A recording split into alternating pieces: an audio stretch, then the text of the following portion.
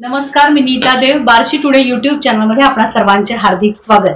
नुकत्याच झालेल्या लोकसभा निवडणुकीत महाराष्ट्रात लढविलेल्या 10 पैकी 8 जागांवर शरदचंद्रजी पवार राष्ट्रवादी पक्षाने घवघवीत यश मिळवलेलं आहे. पश्चिम महाराष्ट्रातील सोलापूर आणि माढा या दोन्ही जागा या पक्षाने जिंकलेल्या आहेत. तसेच धाराशिवची जागाही महाविकास आघाडीने जिंकलेली आहे. सोलापूर आणि धाराशिव मतदारसंघातील बार्शीमध्ये या प्रचार कार्यात सक्रिय योगदान देणाऱ्या राष्ट्रवादीच्या महिला जिल्हाध्यक्ष सुवर्णाताई शिवपुरे आज आपल्या समवेत आहेत. सोलापुरात काँग्रेसने, माढ्यामध्ये राष्ट्रवादी काँग्रेस शरदचंद्र पवार पक्षाने, तर धाराशिवमध्ये उद्धव बाळासाहेब ठाकरे शिवसेना पक्षाने मिळवलेल्या यशाबद्दल आणि एकंदरीतच त्यांच्या राजकीय वाटचालीबद्दल व आगामी विधानसभा व इतर निवडणुकांच्या पार्श्वभूमीवर शिवपुरेताईंशी आज आपण बातचीत करणार आहोत. नमस्कार. नमस्कार सुवर्णाताई, आपलं खूप खूप बार्शी टुडे मध्ये स्वागत आहे. धन्यवाद. सर्वप्रथम आपलं अभिनंदन, कारण राष्ट्रवादीनं पवार साहेबांच्या सुप्रियाताईंच्या मार्गदर्शनाखाली चांगलं घवघवीत असं यश मिळवलेलं आहे. विशेषतः 1 वर्षापूर्वी जेव्हा राष्ट्रवादीमध्ये विभाजन झालं त्यानंतर राष्ट्रवादी हे नाव चिन्ह अजितदादा गटाकडे सोपवलं गेलं. पक्षाचे अनेक मंत्री आमदारही त्या गटाकडे गेले. पण आपण मात्र, म्हणजे तुम्ही स्वतः पवार साहेबांच्या तसेच सुप्रियाताईंच्या पाठीशी ठामपणे उभे राहायचं असं ठरवलं होतं. काय भावना आहेत त्याबद्दल, काय सांगाल? नमस्कार. प्रथमतः तुमचं म्हणजे आभार, कारण खरं तर लोकसभा निवडणूक ही देशाची निवडणूक होती. याच्यावर देशाचं तर भवितव्य होतंच, पण महाराष्ट्राचं सुद्धा आहे.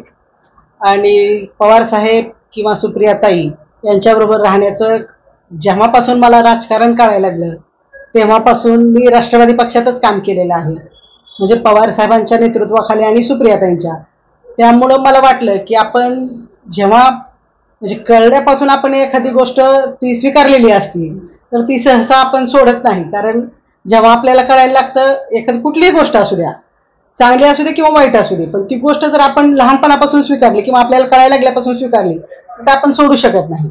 जेव्हापासून राजकारण कळायला लागलं तेव्हापासून मी, पवार साहेब नेते होते, आदरणीय सोपल साहेब पण त्यावेळेस त्याच पक्षात होते, त्यामुळं पर्यायानं आम्ही राष्ट्रवादीचं काम केलेलं आहे. आणि सुप्रियाताई आमच्या सगळ्याच महिलांच्या भक्कम पाठीशी असतात, त्यामुळं हा पक्ष सोडू नये असं मला वाटलं. खरं तर जिल्हाध्यक्ष झाल्यानंतर 1 वर्षातच हा विभाजनाचं म्हणजे प्रयोजन केलं म्हणता येईल. भाजपनं प्रयोजनानंच ते विभाजन झालेलं होतं, शिंदे गटाचं असेल किंवा राष्ट्रवादीचं असेल. तर ते विभाजन झाल्यानंतर आम्हाला खूप दुःख झालं आणि आमच्यापेक्षा आमच्या नेत्या सुप्रियाताईंना सुद्धा खूप दुःख झालं. कारण सुप्रियाताई ज्यावेळेसपासून राजकारणात आहेत त्यावेळेसपासून दादा असं दादाच्याच मागं सतत काम करून घेणार किंवा दादांबद्दल त्यांची एक भावना, आपला दादा भाऊ आहे म्हणून, तर त्यामुळं त्यांनाही खूप त्रास झाला आणि आम्हालाही सगळ्या महिलांना खूप त्रास झाला. कारण विभाजन झाल्यानंतर आपल्या जेव्हा घरातला एखादा मोठा भाऊ आपल्याला सोडून जातो त्यावेळेस काय दुःख होतं ते त्याच महिलांना माहिती असते की ज्यांना सोडून गेलेले असतात. बरोबर. माढा मतदारसंघात, सोलापूर मतदारसंघातही आपण प्रचारासाठी गेलेला होता. काय तिथल्या काय भावना किंवा काय अनुभव सांगा? तर माढा लोकसभेचं सांगाल तर विजयसिंह मोहिते पाटील उपमुख्यमंत्री होते आणि त्याच्यानंतर दादा माढा लोकसभेला स्वतः उभारलेले सुद्धा होते, खासदार म्हणून दादा निवडून पण आले होते. 2009ला जेव्हा काँग्रेसचं तिकीट बार्शीचे आमदार राजभाऊ राऊत यांना मिळालं होतं त्यावेळेस मी राष्ट्रवादीची जिल्हाध्यक्ष होते, म्हणजे महिला आघाडीची नव्हते, पण राष्ट्रवादी एक आमच्याकडे ग्राहक संरक्षण समिती आहे, आमच्या राष्ट्रवादीचे असे 32 सेल आहेत, त्या एका सेलची मी जिल्हाध्यक्ष होते. त्यावेळेस मी पेपरबाजी करून, विजयदादांना माहिती होतं, मनोहर भाऊ डोंगरे त्यावेळेसचे जिल्हाध्यक्ष होते, त्यांनाही माहिती होतं की मी जेव्हा त्यांना विचारलं की मी काय करू, तर ते मला तेव्हा वरिष्ठ नेत्यांनी सल्ला दिला होता की आघाडीचा धर्म पाळा, म्हणून मी राजाभाऊ राऊतांचं काम केलेलं होतं. आणि आघाडीचा धर्म म्हणून विजयदादा, म्हणजे त्यावेळेसपासून मी विजयदादाच्या खूप संपर्कात होते. आमचं एक विजय प्रताप युवा मंच म्हणून पण होतं, त्या विजय प्रताप युवा मंचची मी शहराध्यक्ष, एकमेव महिला शहरात काम करत होती. त्यामुळे त्या घराण्याशी कनेक्ट असं आमचं नातं आहे. आणि ज्यावेळेस प्रतापसिंह मोहिते पाटील ते काँग्रेसचे जिल्हाध्यक्ष होते, त्यावेळेस माझे दीर 89ला स्वर्गीय नगरसेवक दिलीप शिवपुरे 89ला हे शहराध्यक्ष म्हणून काम करत होते. म्हणजे मोहिते पाटील घराण्यांचं आणि शिवपुरे घराण्यांचं 89 पासून ऋणानुबंध आहेत. त्यामुळं मोहिते पाटलांचं काम करण्यात हे मनापासून उत्साह किंवा विजयदादांबरोबर काम केल्यामुळं उत्साह, मोहिते पाटील घराण्यांचं एक वर्चस्व जिल्ह्यात. मोहिते पाटील घराणा असा आहे की जिल्ह्यात त्यांच्या मनात जर आलं म्हणजे जिल्हा परिषद त्यांच्याच ताब्यात होती, त्यांच्याच मनाने जिल्हा परिषदचा अध्यक्ष असायचा.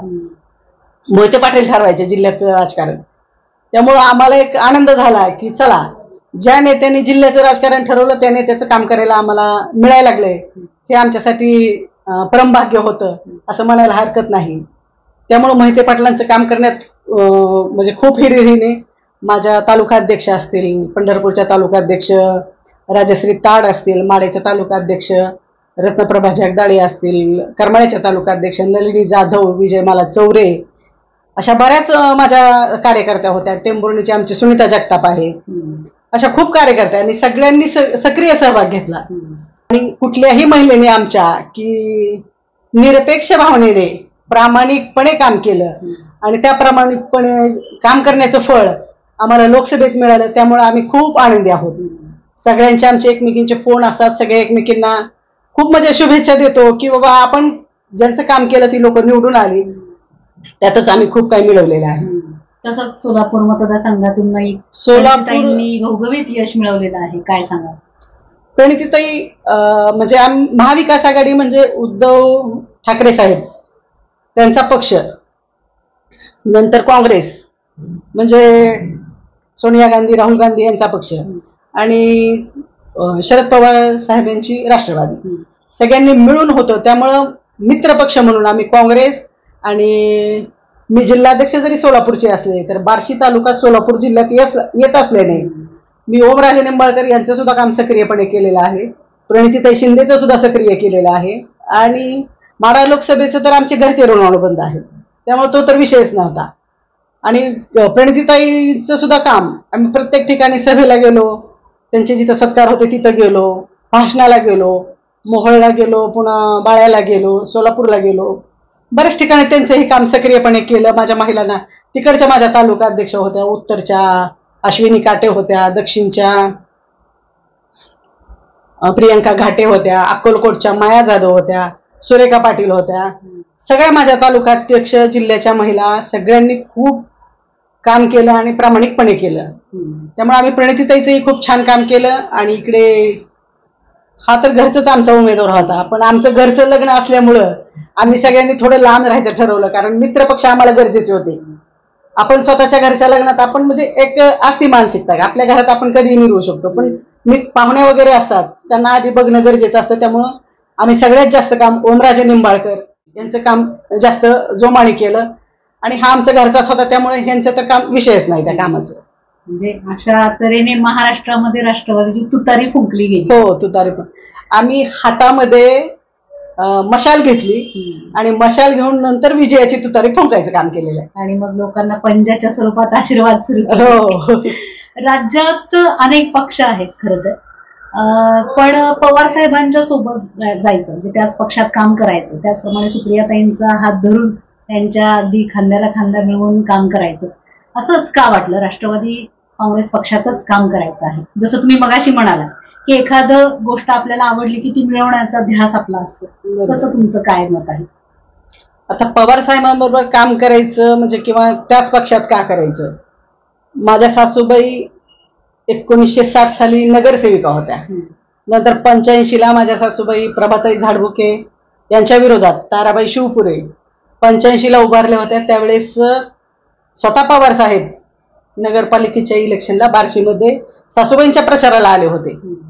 ते सगळं म्हणजे अण्णा बारबोले म्हणून होते, त्यांनी आपले म्हणजे बार्शीचे खूप मोठे नेते होते. अण्णांनी एक पक्ष उभा केला होता आणि त्या पक्षाच्या माध्यमातून सासूबाई प्रभाताई झाडबुके यांच्या विरोधात उभारल्या होत्या आणि त्या प्रचाराला साहेब स्वतः आले होते. म्हणजे आमची पूर्वीपासूनच पवार साहेबांची नाळघट्ट आहे. पुन्हा नंतर मी जेव्हा राजकारणात आले 2000 साली माझे स्वर्गीय धीर नगरसेवक वारले, त्याच्यानंतर मला राजकारणात कुणीतरी घरातलं असावं, कारण राजकीय घराण्याचा हेतू असतो की आपल्यानंतर कुणीतरी आपल्या घरचं असावं. त्यामुळं मला माझ्या मिस्टरांची यात खूप साथ लागली. खरं तर मी त्यांचं कधीच नाव घेत नाही, पण आजच्या तुमच्या माध्यमातून मला सांगावं वाटतं की प्रत्येक महिलेच्या मागे आपण जसं म्हणतो की यशस्वी पुरुषाच्या मागे स्त्री असते, तसे स्त्रीच्या मागे सुद्धा पुरुष असेल तरच महिला पुढे जाते. तर त्यांनी मला सांगितलं की आता आपल्या घरातलं छोटे धीर व्यवसाय करत होते, त्यामुळे त्यांना शक्य नाही, तुला राजकारणात जावं लागेल आणि तुझी इच्छा असेल तर जा, हे पण सांगितलं. पण माझं माहेर बार्शीच, तसं आमचं माहेरचं काही कुटुंब राजकीय वगैरे नाही. माझं माहेर सदन शेतकरी कुटुंबातली मी आहे. पण माझे वडील पैलवान होते, म्हणजे कुस्ती करत होते. त्या कुस्तीपटूची मी एक मुलगी आहे आणि मलाही म्हणजे वेगवेगळ्या राजकारण जीवनात असू द्या किंवा वैयक्तिक असू द्या किंवा आपल्या जे काही असते त्या ह्या वेगवेगळ्या मला युक्त्या वापरायला खूप आवडतं आणि मी त्या वापरत जाते. मी ज्यावेळेस म्हणजे राजकारण मला करायचं होतं किंवा मी राजकारणात आले, पण राजकारणात गॉडफादर आपल्या घरचा असावा लागतो. आमच्या घरचा गॉडफादर नसल्यामुळं, म्हणजे दीर एक्सपायर झाल्यामुळं मला लोकांची मदत घ्यावी लागली. पण मला वाटतं पुरुषप्रधान संस्कृती आपल्याकडे असल्यामुळे ती पुरुषप्रधान संस्कृती सहसा महिलेला कधी ऍडजस्ट करत नाही किंवा सपोर्ट करत नाही. मग त्या महिलेने स्वतः तिचं कौशल्य वापरावं लागतं. मी माहेर माझं बार्शीच असल्यामुळे ते कौशल्य वापरून मी वेगवेगळ्या बऱ्याच मी उद्योजिका झाले. मला जिल्हा परिषदेचं म्हणजे दूध संघाचं, आमचं एक दूध पंढरी म्हणून दूध संघ आहे, त्या दूध संघाचं टेंडर घेणारी मी एकमेव जिल्ह्यातली महिला होती. तर कुणीही महिला नव्हत्या ते टेंडर घ्यायला. तिथं मला दंड केला 35,000 रुपये. त्यावेळेस म्हणजे मला वाटलं की बाबा एखादी महिला जर काम करत असेल तर असं नाही व्हायला पाहिजे, पण ते आता नियम महिला पुरुष असं काही नसतं टेंडर घेताना. प्रधान संस्कृतीमध्ये राष्ट्रवादी पक्षाला महिलेला स्थान आहे? तर महिलेला स्थान स्वतः पवार साहेबांनीच दिलेलं आहे. राजकीय क्षेत्रात 50% आरक्षण, नगरपंचायत असेल, जिल्हा परिषद असेल, पंचायत समिती असेल, हे पवार साहेबांनी 50% आरक्षण आम्हाला दिलेलं आहे. त्यामुळे स्थान नाही असं म्हणताच येणार नाही. दुसऱ्या पक्षात तुम्ही बघा, दुसऱ्या पक्षात महिलांना विचारलंही जात नाही, पण आमच्याकडं राष्ट्रवादी पक्षामध्ये महिलेला खूप म्हणजे मान सन्मान असतो आणि आपल्याला दुसरं काहीच अपेक्षा नसते. कारण आपल्याला ठामपणे कसं सांगू शकता महिलेला राष्ट्रवादी काँग्रेस पक्षामध्ये स्थान आहे असं नाही सांगता येत? हो, मी काही एवढी मोठ्या घरची महिला नाही ना, मी सामान्य घरातली महिला आहे आणि मला न्याय मिळाला म्हणजे मी 24 वर्ष मला कष्ट करावे लागले. कुठल्याही चांगल्या गोष्टी साध्य करताना आपल्याला वेळ द्यावाच लागतो. वाईट गोष्टी पटकन मिळतात पण चांगली गोष्ट तुम्हाला मिळतच नाही. त्यामुळे मला स्थान मिळालं म्हणजे ते तर आहे ना, महिलांना न्यायच मिळेल ना, कुठल्याही महिलेला मिळणार. मी काय असे आमचं काय घरचं खूप मोठं वर्चस्व आहे, खूप मोठी आहेत असं नाही, सामान्य महिला आहे. सामान्य स्त्री भ्रूण हत्येवरती काम केलेलं आहे. त्यानंतर त्यांनी युवती राष्ट्रवादी काँग्रेस संघटना उभी केली आणि सगळ्या महिलांना संघटनेमध्ये सामीलकरण घेण्यासाठी अगदी रस्त्यावरती त्या उतरून त्यांनी काम केलेलं आहे. तर आता 24 वर्ष झालं तुम्ही राष्ट्रवादी काँग्रेसमध्ये सक्रिय सहभागी आहात. जिल्हाध्यक्ष पद तुमच्याकडे आहे. त्या माध्यमातून सक्षमीकरणासाठी काय कराल? बार्शीच्या किंवा एकूणच सोलापूर, धाराशिव या मतदारसंघातून महिलांसाठी सक्षमीकरणासाठी तुम्ही कोणते प्रयत्न करणार आहात पक्षाच्या माध्यमातून? आमचं एक यशस्विनी अभियान म्हणून 2007ला स्वतः सुप्रियाताईंनी स्थापन केलेलं आहे. ते यशस्विनी अभियान अशासाठी होतं की जे महिला बचत गटाचे उद्योग असतील त्या उद्योगांना मार्केटिंग देण्याची जबाबदारी सुप्रियाताईंनी घेतलेली होती आणि ते आम्ही पूर्ण करतही होतो. पण मध्येच शासनानं उमेद अभियान आणलं, त्यामुळे थोडं आमचं डिवाइड झालं. पण डिवाइड झालं तरी हरकत नाही. पण आता इथून पुढे जे पण महिला उद्योग करणार आहेत त्या महिलांना बँकिंगचं असेल किंवा प्रशिक्षण असेल किंवा बाकी काही गोष्टीचं मार्गदर्शन असेल ते स्वतः सुप्रियाताईंनी कबूल केलेलं आहे की मी महिलांना सपोर्ट करणार आहे आणि तुम्हाला महिलांसाठी काय करायचं असेल वेगळं असेल तर सांगा.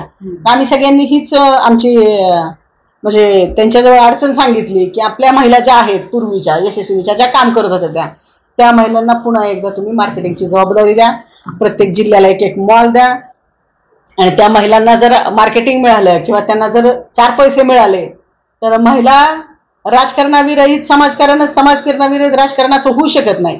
पण आपल्याला जर राजकारण करायचं असेल तर समाजातीलच महिला घ्याव्या लागतात. त्यामुळे त्या महिलांना जर काम मिळलं तर आपला पक्ष तर वाढेलच.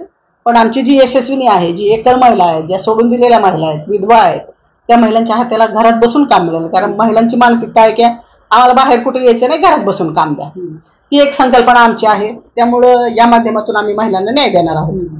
आता विधानसभा, त्यानंतर नगरपालिका, पंचायत समिती, जिल्हा परिषद ज्या निवडणुका तोंडावर आहेत, पक्षाच्या माध्यमातून तुमची काही धोरणं असतील तर खऱ्या अर्थाने राष्ट्रवादी पक्षाच्या, तेही शरदचंद्र पवार साहेबांच्या राष्ट्रवादी पक्षाच्या वतीने काही धोरणं आखली आहेत का आणि ती यशस्वी होतील का, काय सांगा? धोरणं काय, आता जिल्ह्यात मी फिरते, जिल्हाध्यक्ष असल्यामुळे मला जिल्ह्याचे दौरे असतात, मी जिल्ह्यामध्ये जाते. प्रत्येक तालुक्यात आमच्या ऍक्टिव्ह अशा महिला आहेत. त्या महिलांना आता 50% आरक्षणामुळे महिलांना खूप मोठी संधी आहे आणि त्या संधीचं माझ्या महिला सोनं करणार आहेत, खात्री आहे. कारण आम्ही आता लोकसभेला सोनंच करून दाखवलेलं आहे आणि इथून पुढे प्रत्येक इलेक्शनला माझ्या तालुक्यातील, जिल्ह्यातील महिला असतील त्यांना संधी देण्याचं काम करणार आहोत आणि महिलांना संधी मिळेल आणि महिला खूप मोठ्या म्हणजे उत्साहाने काम करतील अशी अपेक्षा आहे. बारामतीचा बालेकिल्ला ज्यांनी घडवलेला आहे असे शरदचंद्रजी पवार साहेब यांचाही सहवास लाभलाय. सुप्रियातांनी सोबत काम केलेलं आहे. अशा अनेक हस्तींचं तुमच्या सोबत, तुम्ही त्यांच्या सोबत गेलेले आहात. तर काय सांगाल, कोण कोण आपल्याला काय मार्गदर्शन लाभलं, काय प्रोत्साहन लाभलं, कोणकोणत्या व्यक्तिमत्वांचा सहवास लाभला? खरं तर पवार साहेब पक्षाचे नेते आहेत, अध्यक्ष आहेत. त्यांचा आम्हाला सहवास नेहमी आमचं 1-2 महिन्याला वगैरे बारामती, मुंबई असं असतंच. सहवास म्हणजे सहवासपेक्षा साहेबांकडनं घेण्यासारखं खूप आहे. साहेबांना कोणी किती बोलत असतात पण साहेब नुसतं हसतात किंवा मान हलवतात. कुठल्याही गोष्टीवर जास्त उतावळेपणा किंवा असं काही नाही. साहेबांकडचा तो गुण घेण्याजोगा आहे. आणि म्हणजे संयमाने राहणं हे समाजात किती म्हणजे द्योतक उदाहरण आहे, हे साहेबांकडनं घेण्याजोग आहे. तसंच त्यांच्याच पाठोपाठ सुप्रियाताई सुद्धा आता किती त्यांना ट्रोलिंग झालं आता लोकसभेच्या इलेक्शनमध्ये, घरच्याच लोकांकडून म्हणजे काय उभा राहणे, अपोजिट उभा राहणे किंवा बऱ्याच गोष्टी धमक्या वगैरे झालं. पण सुप्रियाताई एक शब्द कुणावर बोलल्या नाही. आणि आम्ही जरी कधी म्हणलो की बोलताना मी एके दिवशी बोलले ताईंना की ताई तुम्ही काहीच बोलत नाही त्यामुळे आम्हाला पण बोलावं का नाही, डिस्ट्रक्शन येतं. तर ताई मला ती कुणालाही गणतीत धरत नाही. कारण त्या रुपाली चाकणकर म्हणून आहेत की साहेबांच्या नावामुळे पुढे आल्या. त्यांना कोणी ओळखत नव्हतं महाराष्ट्रात. 2019ला चित्रा वाघ सोडून गेल्यानंतर रुपाली चाकणकर प्रदेशाध्यक्ष झाल्या. आम्ही त्याच वेळेस त्यांना पहिल्यांदा पाहिलं. त्यांना कोणी ओळखत नव्हतं. साहेबांच्या जीवावर प्रदेशाध्यक्ष झाल्या, महिला आयोगाच्या अध्यक्ष झाल्या. पण त्यांना अक्कल नावाची चीज नाही. त्यांनी सरळ सुप्रियाताईंवर ताशेरे ओढायचं काम केलं. दुसरी गोष्ट, आता तर म्हणल्या पत्रकारांना सांगितलं त्यांनी, हा माझा व्हिडिओ सेव्ह करून ठेवा, सुनेत्रा वहिनी निवडून येणार आहेत. वहिनी काही दुसऱ्याची नव्हती, आमचीच होती. पण जेव्हा आमच्या ताईवर संकट येतं तेव्हा आम्ही वहिनींचा विचार तेवढा बाजूला ठेवणार, कारण वहिनी बरोबर दादा आहेत पण ताईबरोबर आमच्यासारख्या सगळ्या महिला आहेत. त्यामुळं आम्ही आपलं ते, मग मी बोलले ताईंना की तुम्ही काहीच रिॲक्ट होत नाही. तर ताई म्हणल्या मी अशा कुठल्याही लोकांना माझ्या गणतीत धरत नाही म्हणल्या. म्हणजे ताई इतक्या म्हणजे कुठल्याही गोष्टीला असं जास्त काहीही करत नाहीत. पण आम्हालाच कसं तरी वाटतं महिलांना ते ताईंनी बोलायला पाहिजे, पण ताई नाहीच बोलत. ताई म्हणल्या नाहीच बोलायचं मला. तर ते एक त्यांच्याकडून आहे. तसेच बार्शी तालुक्याचे आमदार माजी मंत्री दिलीप सोपल साहेब पण एक संयमी नेतृत्व आहे. भले ठीक आहे, मी राष्ट्रवादीची कार्यकर्ती आहे सध्या, पहिल्यापासून मी राष्ट्रवादीचीच आहे. पण काही कारणास्तव सोपल साहेब पक्ष बदलून गेले. पण सोपल साहेबांकडनं सुद्धा एक घेण्यासारखा गुण आहे की संयमी नेतृत्व आणि वैचारिक, कुठल्याही गोष्टीत वैचारिक विचार असणं खूप गरजेचं असतं. कुठलाही विचार महत्वाचा असतो. वैचारिकता जी आहे ती सोपल साहेबांकडे आहे. त्यानंतर याच तालुक्याचे आमचे पवार साहेबांचे म्हणजे खंदे समर्थक आणि निष्ठावंत म्हणता येईल. आता म्हणजे पूर्वी ते होतेच राष्ट्रवादीत, पण काही कारणाने तेही गेले होते. पण आता जेव्हा राष्ट्रवादीत काम करतात त्यांचंही मला मार्गदर्शन असतं. विश्वासभाऊ बारबोले, तसंच आमचे बार्शी तालुक्याचे सगळीच टीम, आता कुणाची एकाची नावं नाही घेऊ शकत कारण जवळजवळ आमचे 100 कार्यकर्ते आहेत. विश्वास भाऊंचे असतील किंवा पवार साहेबांचे असतील, तालुका अध्यक्षापासून ते पार वार्डाच्या अध्यक्षांपर्यंत, तर सगळ्यांचंच खूप सहकार्य असतं, सगळ्यांकडून काही ना काही घेण्याजोगं असतं. त्यांचंही मला मार्गदर्शन लागतं. आणि हे वरिष्ठ त्यांचं जिल्हाध्यक्ष असल्यामुळं मला सुशीलकुमार शिंदे साहेबांचा बी जवळून योग आला. जेव्हा विजयदादा आणि शिंदे साहेब आणि पवार साहेब एकत्र उभारून जो फोटो तुम्ही इलेक्शनमध्ये पाहिला असेल, हात वर करून तिघांचा फोटो, त्यावेळेस मी तिथंच होते. म्हणजे ही सगळी हस्ती मी माझ्या डोळ्यांनी मी जवळून बघितलेली आहे आणि या सगळ्यांकडूनच खूप काही घेण्यासारखं आहे. तसेच आमच्या राष्ट्रवादी काँग्रेस पक्षाच्या महिलांच्या प्रदेशाध्यक्ष रोहिणीताई खडसे, तसेच पश्चिम महाराष्ट्राच्या अध्यक्ष कविताताई मेहत्रे, प्रदेशच्या उपाध्यक्ष आमच्या जयमलाताई गायकवाड, या सगळ्यांचं मला वेळोवेळी मार्गदर्शन होतं. त्यामुळं माझी वाटचाल म्हणजे सुखकर होते म्हणता येईल. कारण प्रत्येक वेळेस काम करताना आपल्याला मोठ्यांचं मार्गदर्शन खूप आवश्यक असतं आणि म्हणून मी या सगळ्या मोठ्यांचं मार्गदर्शन घेते. आणि ज्या तालुकाध्यक्ष आहेत त्या सगळ्यांना मी त्यांचं मार्गदर्शन घेऊन मी पोस्टमनचं काम करते आणि तालुका अध्यक्षांपर्यंत ह्या सगळ्या योजना पोहोचवते किंवा त्यांच्यापर्यंत निरोप पोहोचवते. आणि ज्या महिलांनी राष्ट्रवादी काँग्रेसच्या शरदचंद्र पवार साहेबांच्या गटाला ज्यांनी मतदान केलं त्या सर्वच महिलांना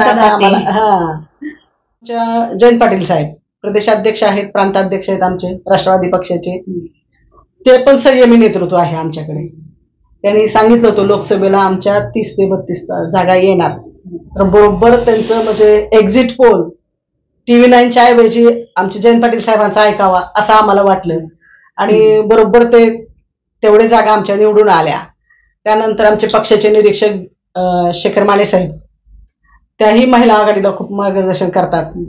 काही अडचण असेल तर आम्ही त्यांनाही फोन करतो, विचारतो, त्यामुळे त्यांचंही मार्गदर्शन लागतं.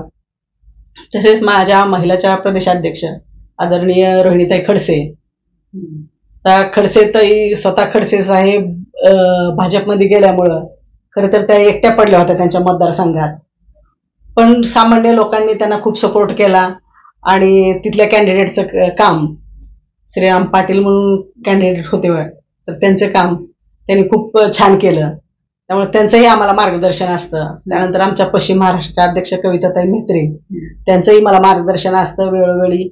आणि काही अडचण आली की मी त्यांना फोन करून विचारते, त्या सॉल्व्ह करतात. त्यांचं म्हणजे वक्तृत्व खूप छान आहे, भाषेवर प्रभुत्व आहे, त्यामुळे त्यांचाही तो गुण आम्हाला घेण्यासारखा असतो. तसेच विजयसिंह मोहिते पाटील, ज्यांच्याबरोबर मी पूर्वीपासून काम केलेलं होतं, त्यांचंही आत्ता लोकसभेत धैर्यशील भैया आल्यामुळं खूप जवळून आम्हाला सहवास लाभला. धैर्यशील भैया असतील, शीतलदेवी मोहिते पाटील असतील, त्यांच्याबरोबर काम करण्याचा योग आला. त्यांच्याबरोबरही खूप म्हणजे काम करण्यात यश मिळालं असं म्हणता येईल आम्हाला. नंतर आपल्या तालुक्याचे भाग्यविधाते आदरणीय सोपल साहेब, भले आता ते राष्ट्रवादीत जरी नसले तरी आमच्या मित्रपक्षात असल्यामुळं आता आम्ही ओमराजे निंबाळकर, जे धाराशिवचे म्हणजे खासदार म्हणून निवडणुकीला उभारले होते, त्यांचं काम करताना आम्हाला सोपल साहेबांचं बी मार्गदर्शन लागलं आणि सोपल साहेबांचं मला पूर्वीपासूनच मार्गदर्शन असतं. त्यानंतर आमच्याच पक्षाचे विश्वासभाऊ बारबोले, त्यांचंही मार्गदर्शन मी वेळोवेळी घेत असते. काही कुठं कार्यक्रम असेल किंवा कुठं मीटिंग असेल तर त्यांना सांगत असते की आमची अशी अशी मीटिंग आहे, त्यामुळं त्यांचंही मार्गदर्शन मला लाभतं. तसेच तालुक्यातले सर्वच पदाधिकारी, वार्डाध्यक्षापासून जिल्हाध्यक्ष, सगळ्यांचंच मला सहकार्य लागतं. तसेच ज्यांच्यामुळे मी जिल्हाध्यक्ष झाले, खरं तर मी एक शेतकऱ्याची मुलगी आहे. माझे वडील कुस्तीपटू होते, म्हणजे आम्ही शेतकरी घराणं आहे, आम्ही काय राजकीय नव्हतो. पण ज्या काकांनी, बळीराम काका साठे आमचे फादरवाडीचे जिल्हाध्यक्ष आहेत, त्यांच्यामुळे मी जिल्हाध्यक्ष झाले. आणि आमच्या विद्याताई चव्हाण त्यावेळेस त्या प्रदेशाध्यक्ष होत्या, त्यामुळे त्यांनी जुन्या महिलांना सगळ्या संधी दिली. कारण विद्याताईंचा स्वभाव असा आहे की ज्या महिलेने पूर्वी काम केलेलं आहे, तळमळीनं केलेलं आहे, त्या त्यांनी लक्षात ठेवलेलं होतं.